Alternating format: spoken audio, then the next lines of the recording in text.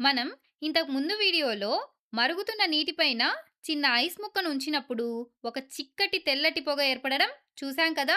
అలా ఎందుకు జరుగుతుందంటే వేడి నీటి ఆవిరి చల్లటి ఐస్ ముక్కను తాకినప్పుడు అది తిరిగి నీటి బిందువులుగా, అంటే వాటర్ డ్రాప్లెట్స్గా మారుతుంది కాబట్టి.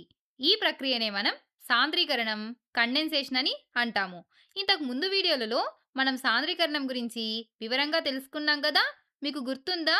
సాంద్రీకరణం అంటే నీటి ఆవిరి నీటి బిందువులుగా మారే ప్రక్రియ. సరిగ్గా ఇదే ప్రక్రియ మన వాతావరణంలో కూడా జరుగుతుంది. ఎండవేడికి నదులు, చెరువులు, ఇంకా సరస్సుల వంటి జలవనరుల నుండి నీరు ఆవిరైనప్పుడు ఆ నీటి ఆవిరి పైకి వెళ్ళి తక్కువ ఉష్ణోగ్రత ఉన్న ప్రాంతాలకు చేరుకుంటుంది. ఆ తర్వాత ఆ నీటి ఆవిరి మళ్ళీ నీటి బిందువులుగా మారి వర్షం కురవడానికి దారితీస్తుంది. ఒకవేళ పైన ఉష్ణోగ్రత ఇంకా తక్కువగా ఉంటే ఆ నీటి ఆవిరి మొదట నీటి బిందువులుగా మారి ఆపై గడ్డకట్టి మంచు స్ఫటికలుగా, అంటే ఐస్ క్రిస్టల్గా మారుతుంది. ఇది మంచు కురవడానికి కారణమవుతుంది.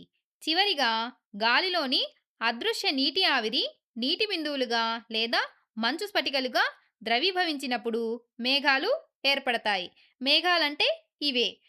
మనం మేఘాలను ఈ విధంగానే చూడగలుగుతాము. చూసారా? ఈ చిన్న ప్రయోగం ద్వారా మన చుట్టూ వర్షం, మంచు మరియు మేఘాలు ఎలా ఏర్పడతాయో మనం చాలా విషయాలు తెలుసుకున్నాం కదా.